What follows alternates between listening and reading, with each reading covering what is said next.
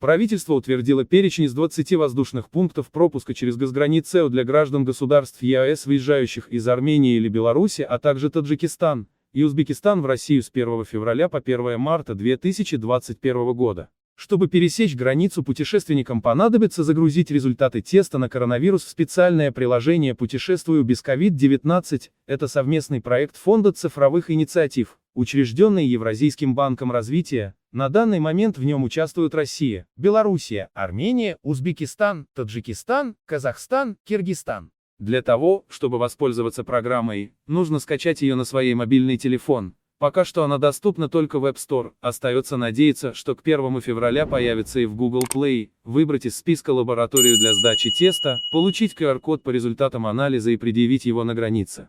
Владимир Владимирович Путин и президенты таких стран, как Таджикистан, Узбекистан, Казахстан, Киргизия, Беларусь и Армения, договорились открыть границы с 1 февраля. Для России это был трудной задачей, но все же они решили открыть границы для стран СНГ с 1 февраля. Обязательно поделитесь этим видео с друзьями. Напишите свое мнение об открытии границ. И также не забудьте поставить лайк и не забудьте подписаться на наш канал. Всего хорошего, пока!